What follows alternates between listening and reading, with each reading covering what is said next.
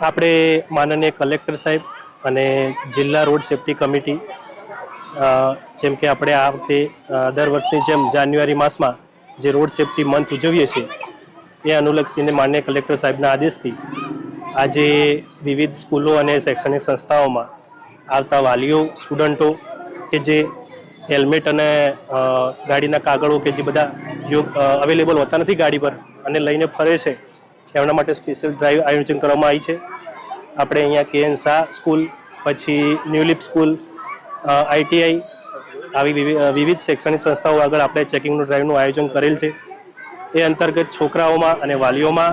આ road safety અંતર્ગત હેલ્મેટનો ઉપયોગ કરવો, ગાડીના કાગળો યોગ્ય રાખવા એ અનુલક્ષીને એમાં અવેરનેસ વધે અને દંડના માધ્યમથી આજે આપણે ચલાન બનાવીએ છીએ।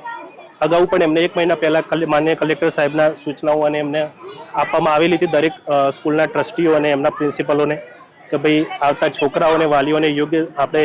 સચોટ આપણે મેં સૂચના આપીએ કે ભાઈ તમે હેલ્મેટ અને એમનો ઉપયોગ કરો,